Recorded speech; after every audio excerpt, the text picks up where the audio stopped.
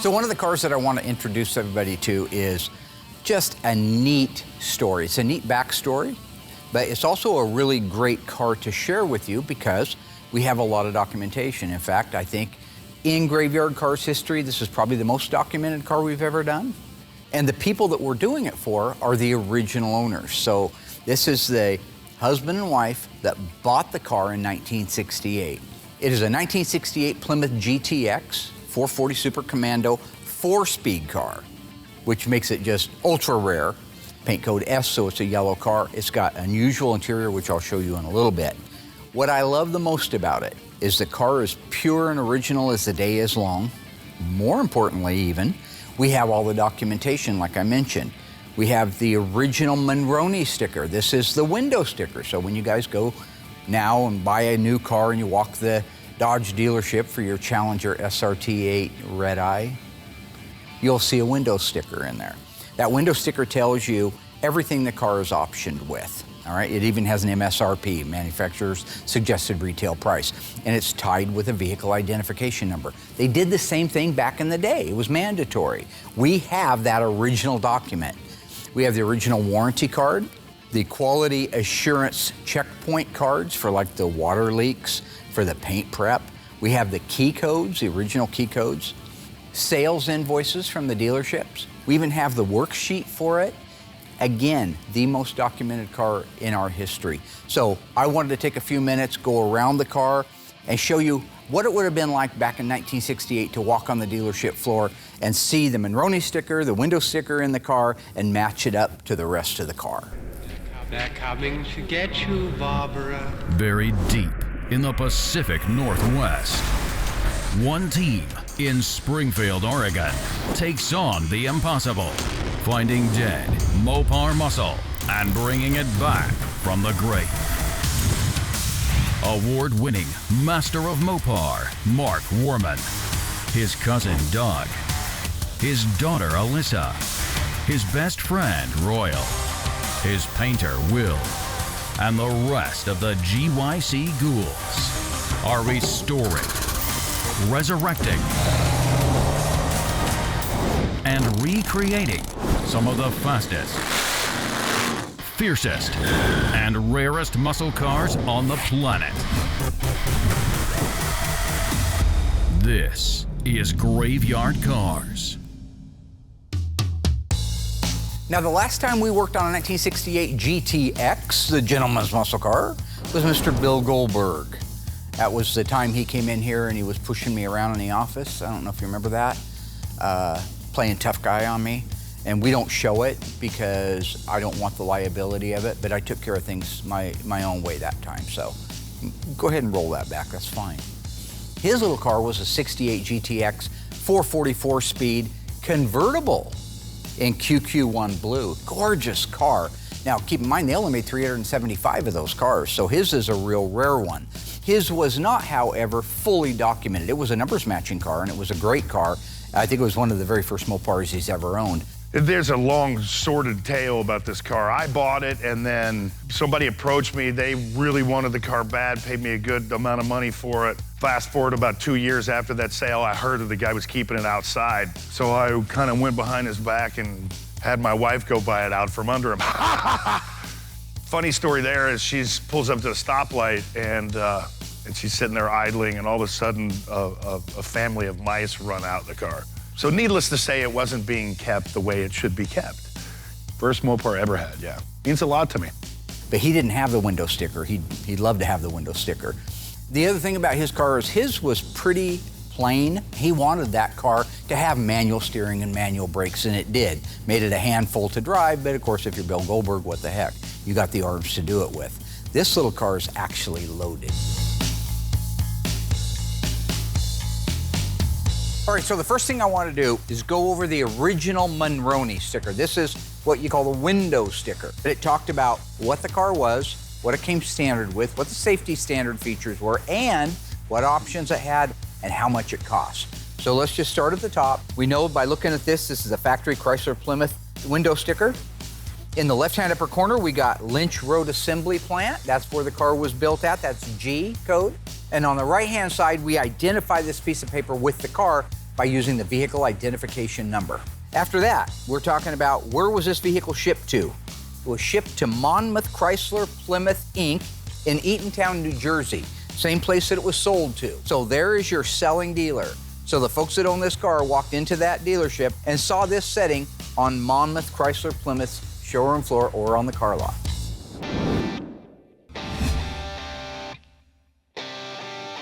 So today I'm getting ready to do the jam work on the inner structures of the 1970 Challenger RT 440 6-pack 4-speed car for Mark. One thing that we've learned is when you cut these quarter panels off, that's the time to get in there and do the sound deadener, because when they're on the car, you can't get it all the way down like factory did. So when the body man has it completely cut apart, we're able to go and do sound deadener from front to back, paint it from front to back, so when the quarter panels are installed, those hard to reach spots, they're already covered. So it's just a matter of going in and doing touch up where they welded. So when I do the jam work, we get in there while that car's apart. We get the Dutchman, the inner and outer wheelhouse, the trunk floor extensions, the little tension rods that are in there. We'll also do inside the cab and the rear body panel. Any part that you can get on the back side of that car while it's apart, we get it then. So I notice on this particular car, we're painting it TX9 black. But if you were to go back and look at the fender tag, it's supposed to be EV2 Hemi Orange. And the problem that I have with this is over the years, Mark has what you would call kind of sold out. He has always been 100% OE, that's all we do. We don't, if it's not OE, it's butcher. And I'm sure you can go back to footage to see him quote that. We restore cars to original equipment specs. These cars are not customs, they're not modified. No chopping, channeling, or aftermarket parts are used. To set in motion a car's future, we have to dig up its past. We're hunting down history. We're turning over rocks and we're following urban legends. We'll travel to the ends of the earth to find the right parts for these cars. But I've noticed as he's gotten older, it's whoever's got the most money. So if you look back to Samuel L. Jackson doing those great movies, and now he's doing like Capital One commercials because they pay him. So pretty much at this point, you know, we'll bring in Vegas and Novas and Camaros and whatever's gonna pay him, we're gonna end up doing. Oh, I'm a sellout? That's gold, Jerry. Gold, Jerry. He's out of his mind. I am not a sellout. You never see me doing that. I brought a car back from the dead. I fulfilled a dream, and I did it all while having a blast. Well, and getting paid for it. You know what I'm saying? Bunsen burners, nice little earners. Coin. Bunsen burners. Nice little earners. Cash. Ka-ching. Because a guy wants to change the color of his car, a non-numbers matching car, he wants to go from a orange to a black, what do I care, right? I don't do it because they pay me extra money on it. It's their car, all right? Yeah, I don't tell you how to dress. In this case, with Mr. Cash is King saying paint the car black, that's great. It covers quick, it's an easy color to spray, it's just the car's gotta be perfect. It's just so ridiculous that he would say I'm a sellout all because the guy wants to change the color of his car. He's the one that is a walking billboard. Just check him out sometime. Even watch him walking around here. Watch him in the break room. Everything is a chance to do a #1 drink. You don't see me doing that. Pull his pants down and see what underwear he has on. I bet you there's some kind of a brand name on the underwear. I don't follow the same sites he does, so I won't ever see that, but I'm just saying, you know, I don't know if you can leave that in there. I don't really care, okay? This is my 15th season, all right? I pretty much do what I want. And cut that out, too, because if the network sees it, they're gonna get mad. People send me nice clothes all the time, and I like to wear some of them. But that doesn't mean I'm a sellout. That just means I like to wear nice stuff. That is just not true, all right? Go take a look at his Instagram page. Go look at his stuff. He actually had our paint gun company etch a picture of his daughter onto his paint gun so he could promote it. That's desperation. That is low. That's something you won't see the Iceman doing. I am not the sellout. Isn't this your gun? Oh, yeah, no, it's not my birth name. So Iceman, that's true. But I mean, I'm Mark Gregory Warman, right? You don't see a picture of me and my baby, Mark Gregory Warman, written there. That's Iceman, that's for, and where did you get this? Why don't you stay out of my office? Iceman. What's the question again?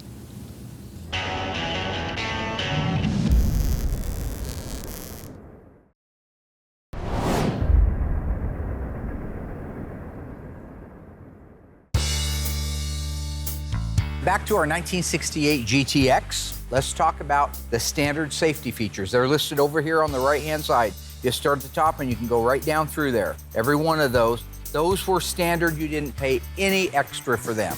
This large area at the top, before we get to sales codes, is what you're buying. This is what it comes with without any extras on it. It's got the RS23, that means that it's a GTX. SS1, that's the yellow, that's the paint code. Actually comes up at S when you're looking it up in the paint book, and it's called yellow. You see it's yellow.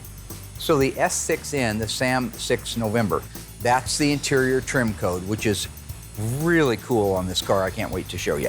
Check out the two-tone, I'm gonna call it a gold. You know I'm a little colorblind and I don't know what the camera's gonna do.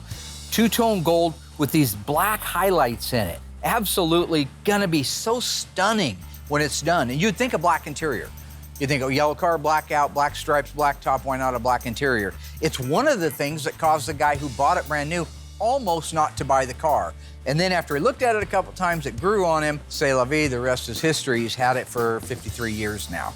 After that, we see that it's a GTX. The following equipment is standard. So it has the rear armrest with the ashtrays, dual horns, vinyl trim, that means the interior is vinyl, not leather. Front foam seat cushion, they were pretty proud of that back in the day. Bucket seats. Bucket seats were standard on a GTX because this was a gentleman's muscle car. 440 cubic inch 4-barrel engine, that's the Super Commando, with a TorqueFlite automatic transmission, standard. That means that the 4-speed manual transmission that's in this car was optional. Red streak tires. This would be a red streak tire. Now you saw those on our 1969 Hemi Roadrunner. You saw them on that. You saw it on our 69 Cuda A57 car. It has red streaks on it. This car also did too. Heavy-duty rear springs, that's the Hemi suspension. Heavy-duty torsion bars, part of that Hemi suspension. Sway bar, heavy-duty shock absorbers, heavy-duty brakes, 70-amp alternator battery, and ashtray light. Okay, those are all standard on it. 83, this top one here, Super Commando, so it's got to call out the engine. And you see there's no money next to that engine. That's because that's standard. 291, which is a solid paint. Sales code 311. That is our body side accent stripe. Standard, no price for it, on GTXs. That's this one right here. These were available in black and white, depending on what they were. In this particular case, it says black. The other cool thing about that is they're reflective. So if you were to hit that with a light, they reflect. It's also a safety feature as well as a really cool feature.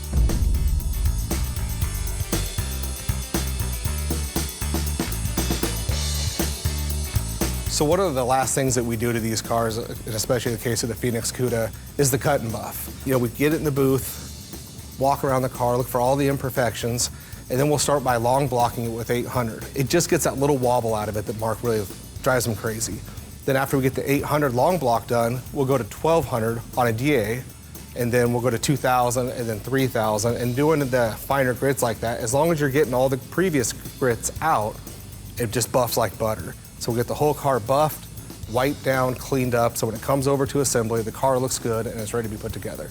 And when I didn't have a helper, I would have to do the cut and buff, the undercoating, all that little stuff. It takes about a week or two to do. And when I was doing that before, that means everything else stops in the shop. So having somebody that can do that means I can keep working, getting other things painted.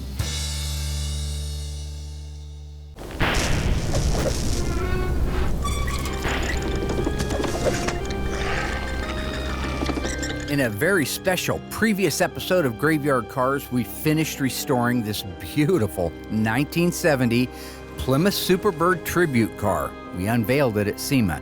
Featured the 707 horsepower Hellcrate Hemi. It started life as a real Roadrunner. What engine did it start life with? Was it 383, 446 barrel, 426 Hemi? If you watched the episode and you remember, shout out your answer. I'll let you know how you did.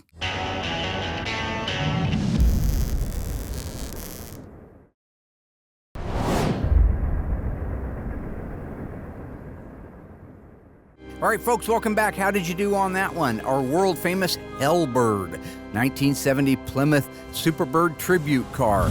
What engine did it start life with? If you guessed 383, good job. I don't think I would have ever cut up a 446 barrel or a Hemi car to make a tribute. But that was an original 70 Roadrunner we got from Tony D'Agostino at Tony's Mopar Parts. It was in rough shape. It was a perfect candidate. In addition to the Hell Crate engine, we put a Silver Sport 6-speed manual transmission, Mosier Dana 410 rear axle, and to this date, it is the fastest car we've ever built.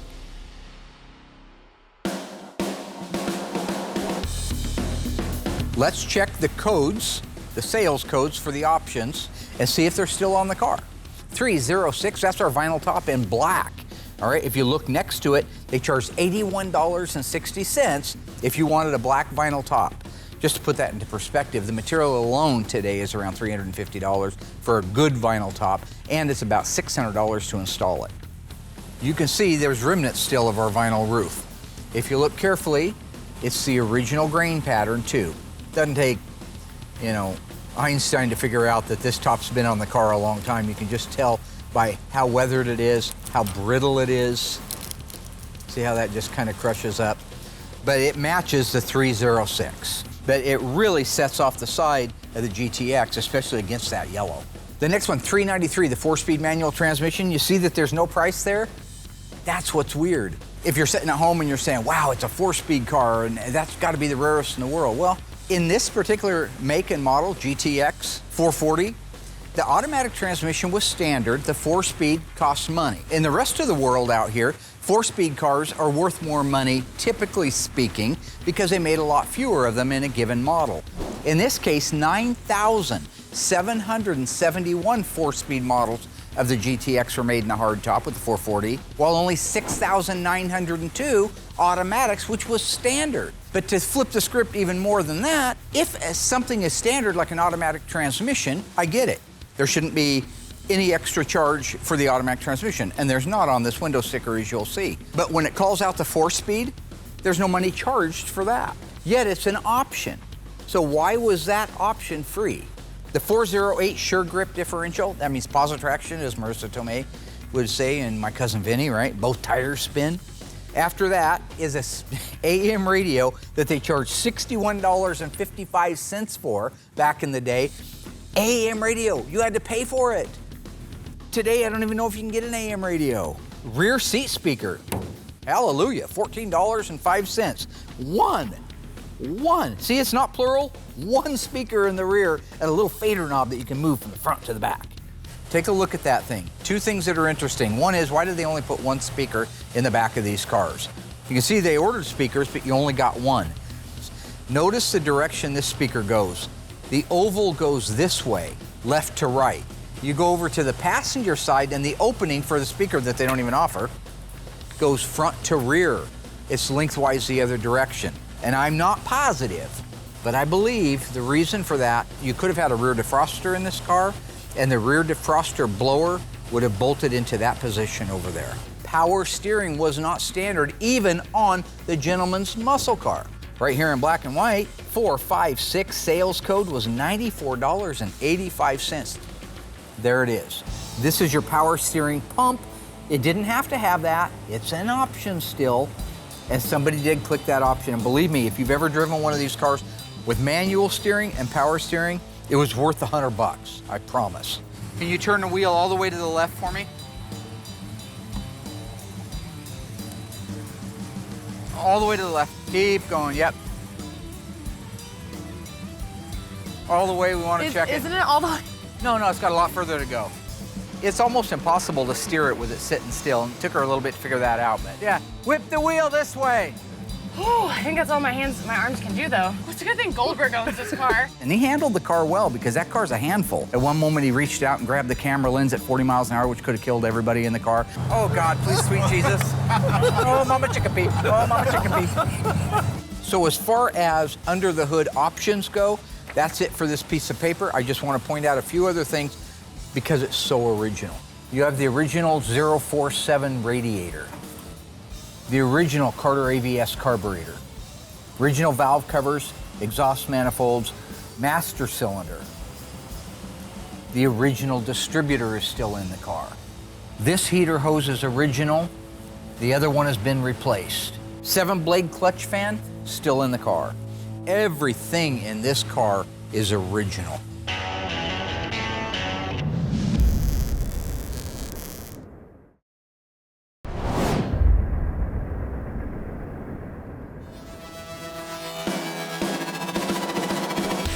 Okay, back in our 1968 GTX, another cool thing that is optional that this car has is 486, the console, the center console. That is absolutely one of the neatest options. It has a jockey box in it for putting all your stuff in there. Royal had things he'd keep in there too, back in the day. And they paid $52.85 for it. The performance hood treatment, sales code 508, that's this area right here. Optional. Otherwise, this would have been completely yellow. How these louvers right here, these inserts, are painted black, and it's a matte black. And then you follow the trajectory off of the ends all the way down here, and then duplicate it on the other side. This whole center section is actually black, which I think serves two purposes. One, against the yellow, it looks super cool. Two is, it cuts down the glare, because shiny paint glares where matted paints don't. And that's why this wasn't shiny either, just in case you're wondering. You couldn't get a glossy black hood sport treatment. You had to get the matte black so it wouldn't reflect the sun as much. This is very unusual for 1968. Code 533, headrest restraint. Around January of 69 on production, headrests were mandatory. Prior to that, they were optional. So this was an option for headrests, and it was $43.90. They're not on the seats, but you can see right here, the headrest drop down here. The only other 68 we've had here that have the headrests on it are the folks' 1968 Dodge Dart GTS, the convertible that they bought new. They bought that car and paid extra because they wanted those headrests as well. 536, left-hand outside remote control chrome mirror. They paid $9.40 for that. You're not gonna have an aha moment, okay? It had it. It's inside the car. Actually, it's out in the parts pod right now because the owner of this car started to disassemble it several years ago and then sent it out to us to finish it up. It is drilled for it, as you can tell, and on the interior, if you look, you'll see the hole has also already been made for the remote control.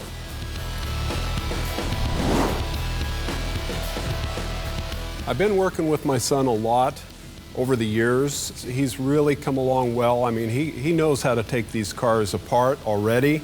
But I've coached him on how to take our cars apart, and we've got him out here working on Bill Goldberg's 70 446 Pack CUDA, and he's doing a wonderful job. Since this car is in such nice condition, Eli is perfect to take this car apart. He's so good at being really careful and keeping everything organized. While Eli's got the car up on the hoist, he's going to do all the undercarriage, such as the bumpers, the front valance, headlights, grille, rear bumper, tail lights, things like that. He's going to do all the undercarriage first while it's up on the hoist. So after this, he'll drain all the fluids out, get the engine, K-member, rear end, and all the lower drive train components ready to come out.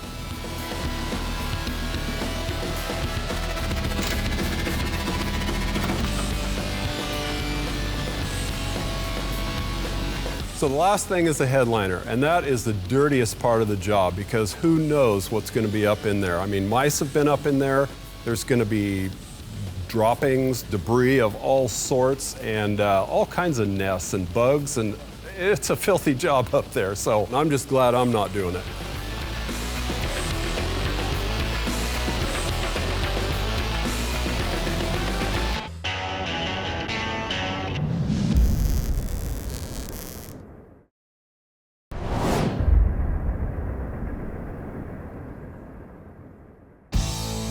This is really interesting. 580 road wheels. Look here, styled, chrome plated. Styled, chrome plated. That was what the road wheel or Magnum 500 looked like in 1968. And it cost $97.30 extra. The road wheel that you see on this car is not a chrome plated. Sure, the inside portions are. But this wheel requires a beauty ring. This style of wheel, where this is a beauty ring and not all chrome, started in 1969. Fair enough, but we know the car's a 68, so obviously somebody put later wheels on it. No, they didn't.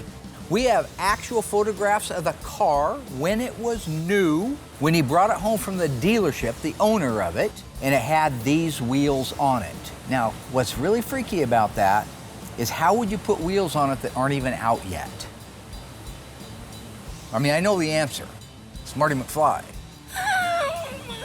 You know what I'm saying?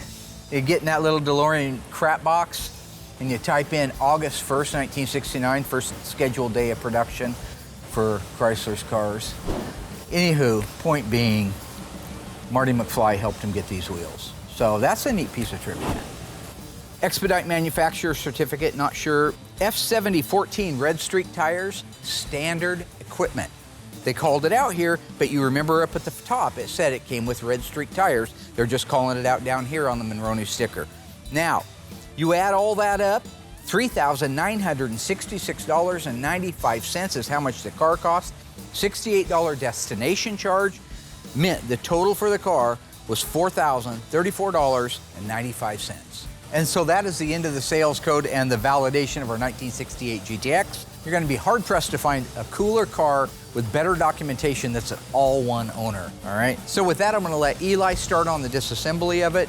We'll bring one of the dry boxes around, start putting parts in it, and begin the process of restoring our 1968 Plymouth GTX 440 4-speed car. This has been Mopars with Mark on Graveyard Cars.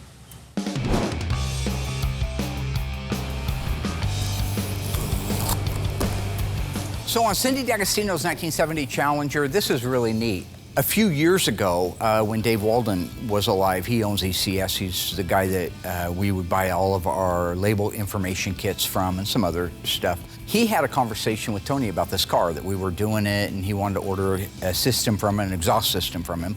They had a nice long conversation, and because Dave knew Tony's history and Tony knew Dave's, and they were old friends and they'd been to the OE Nationals together, even competing, Dave wanted to make sure that the system we put on his car was actually factory as could be.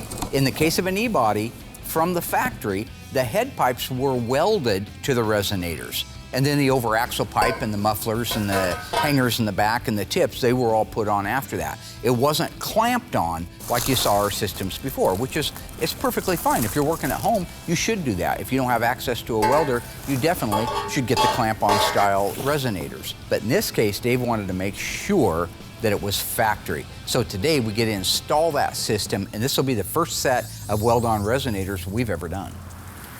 Okay, so the first thing we're gonna do is install the left-hand head pipe. We're gonna slide it over the top of our little hanger here. This will go up into place here. As kids, you know, pulling exhausts, I don't remember if they were welded or clamped. Usually the ones that were clamped had so much rust on them that we ended up cutting them anyway. So I only remember just cutting them off to get them out of the way. We always had to clamp them back on. So now we're gonna install the right-hand head pipe. So slide it over our holder here. And then come in here. Nice.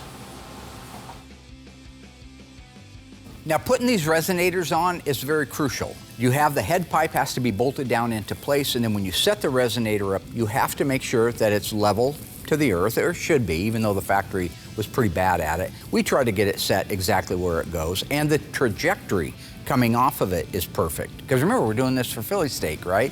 He's back there right now on his fourth sandwich. And all he's doing is calling me, blowing up my phone. When I go in there, my phone will have 20 messages. Hey, did you get those welded on that there? You know, those gotta be perfect. That's gotta be perfect coming out. He's nuts. Tony's been taking these cars apart for so long and you know, paying attention to how they come apart, how they go together. He's very attentive to the details. So I've got to make sure they're perfect and they're exactly where they're supposed to be. One is total respect for ECS, who made the darn system. Two is for nutcase Tony. I think Tony knows a lot more than Mark.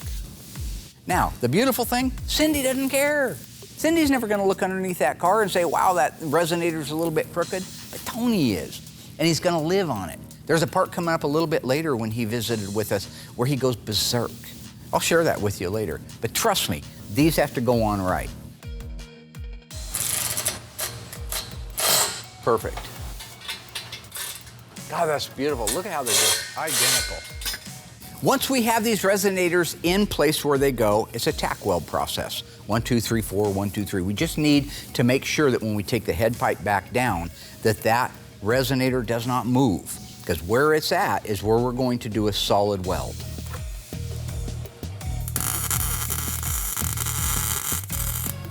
You know, with the clampable exhaust systems, they're pretty much adjustable. You can get them in place, tighten them up as you go, and you've got, you know, some adjustment if it gets crooked. By welding them, they're there. You can't move them after you get them welded. If you know much about welding, the metal will actually move when you weld it. You weld on one side, and it will pull it one way. You weld on the other side, and it will pull it the other way.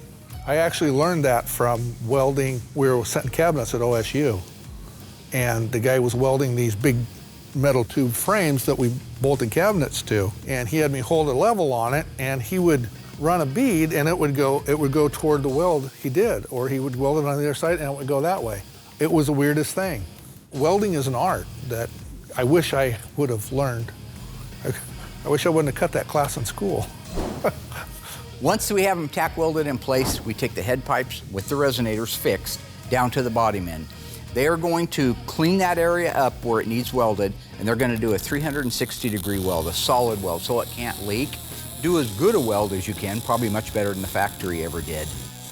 Shane's been working for Mark off and on for, gosh, 20 years. The guy is really good at what he does. He understands how metal moves. And there again, that's part of the art of it. Knowing how it moves, you know, what it takes to move it, the way you want it to move. I like to watch it. Like I said, I wish I wouldn't have cut that class.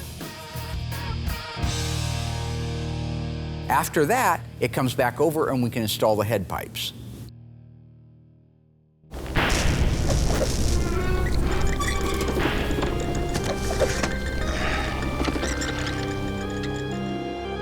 Several seasons ago, we restored this beautiful, stunning quadruple black 1971 Cuda, which was our Phantasm tribute car.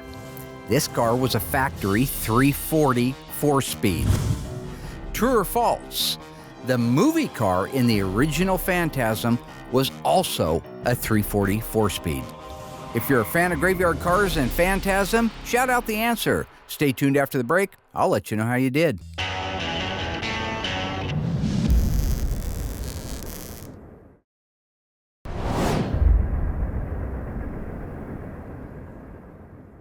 All right, welcome back, folks. How did we do on that one? One of my favorite cars, by the way. True or false? The original Phantasm movie car was a 340 4-speed. If you said true, good job, and it's absolutely right, and so was our tribute car. In fact, our tribute car was a numbers-matching 340 4-speed. However, it started life as tawny gold. We made it into a quadruple black. The additions we added over the Phantasm movie car were the shaker hood, rear window louvers, billboards, and rear spoiler. By welding the exhaust, you're less likely to have a leak in the exhaust, where your clamps may not tighten securely the first time. Once the exhaust system heats up and cools down a couple of times, always go back and check the clamps, you know, after you drive it for a few hundred miles. Okay, so now we're going to put the passenger side head pipe and resonator in place.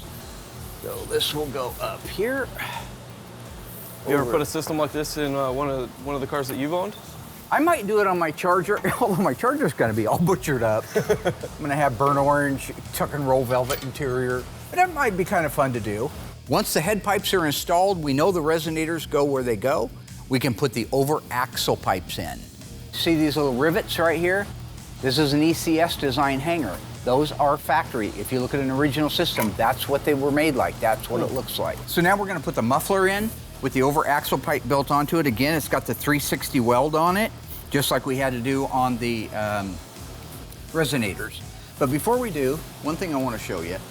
These are factory heat shields. So these go in place before this. It keeps all of that heat off of the fuel tank, the sending unit, and all of the hoses. At the back here, you see the hanger bracket. That is the exhaust tip hanger. So the tip hanger actually not only holds the tip, but because it's fastened to the exhaust, it will also support it. So there are two hangers in this system. All right, are you ready? This goes over the axle pipe like yay. That should slide right in. So this S-hip will go in through here and comes all the way through like that. So with that in place, we're gonna go ahead and put the over axle pipe on this side.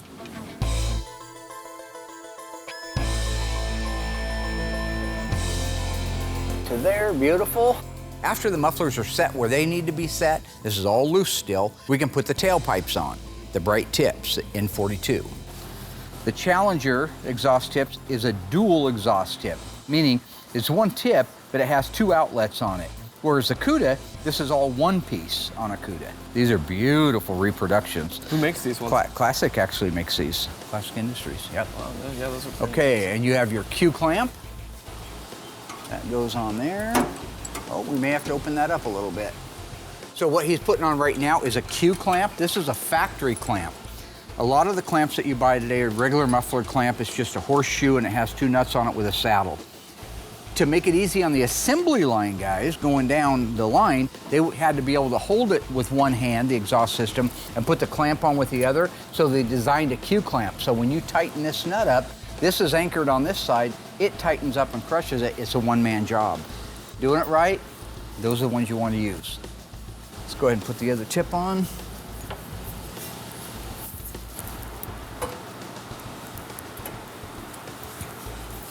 Talk about precision. That's beautiful.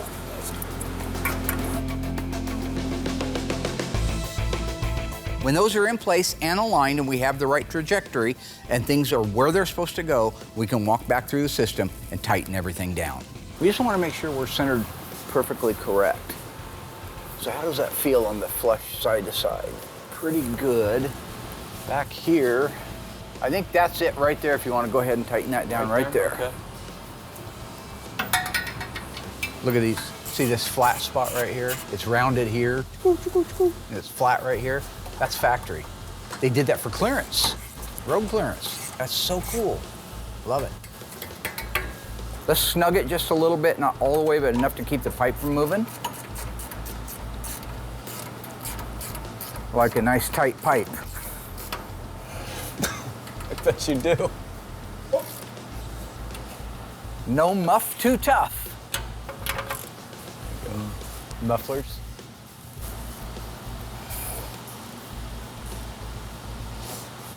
All right, so with that, we need to let it down and set the in and out on the exhaust tips. Pete, you need to grow up, man. Sorry, man. The reason your camera's shaking, folks, is because there's a child behind it, and everything I say and do has some kind of sexual innuendo to him.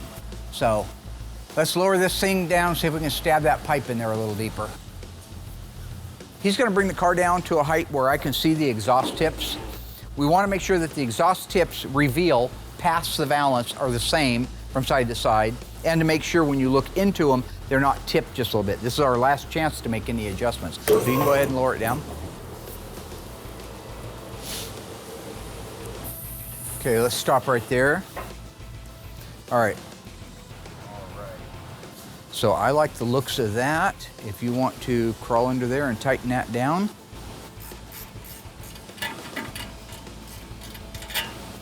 Look good?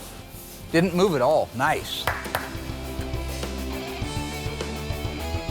So now that it's all tightened down, we have a beautiful, complete exhaust system that is as close to factory as the factory ever did.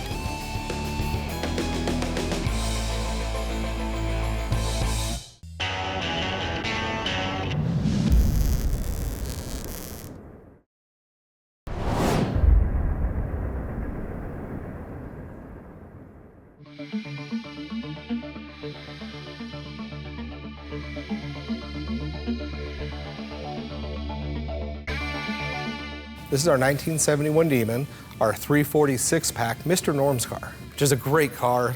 We don't do many A-bodies here. Everyone at home is gonna be so happy. Shane comes in and does the engine compartment, the sides of the cowl all the way down to where the door bolts up. Once he gets that done, I can go in there and start doing my paint work. One of the questions we get asked a lot is how do we seal these cars off, make sure they're not leaking or anything like that. These cars come back from the dipper. We prep the body the way it should be. We get a DP90'd. That protects the outside of the car from flash rusting, fingerprints, anything like that. Bodyman can start doing their body work. When it comes over to me or the bodyman, Shane's kind of taken over seam sealing them. Factory did a horrible job, just kind of slap it in there. Shane does like a nice happy medium when he does it. We seam seal where basically the two panels come together, whether that be a trunk floor and an inner wheelhouse. You know, that's always a great spot where any two panels where water can get in, that's where we seam seal to make sure water doesn't get in there and then create rust down the road. Once the car is completely done, Shane will go through and cavity wax the rockers. So those hard to reach spots, you have wands that'll go in there just to ensure you have no areas leaking water, rusting, and the car maintains the way it looks 10 years down the road.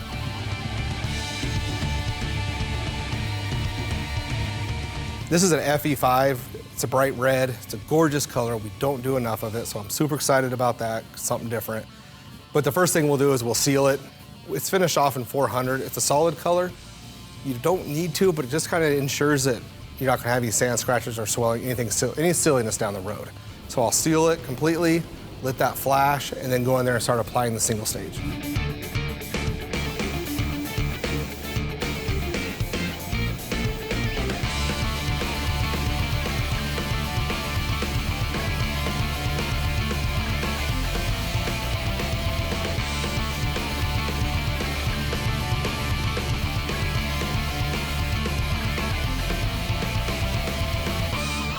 Now that it's sealed and completely dry, you really have to let that sealer dry because if you get on it too soon, it'll actually kind of re-soften it and run.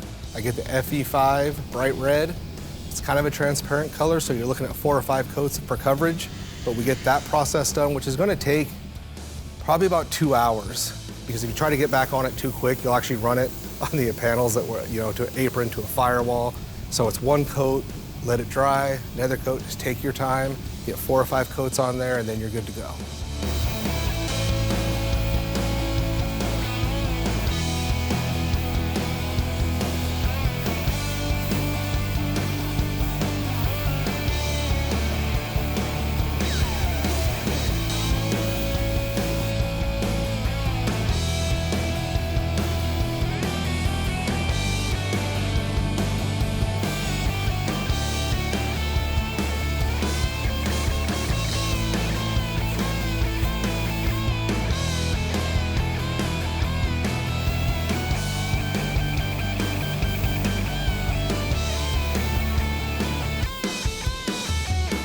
I'm excited to do the FE5 Rally Red. I haven't done it since Mark and Yeleda's 1970 CUDA.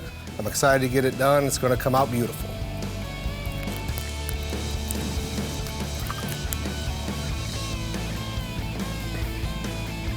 Tasty.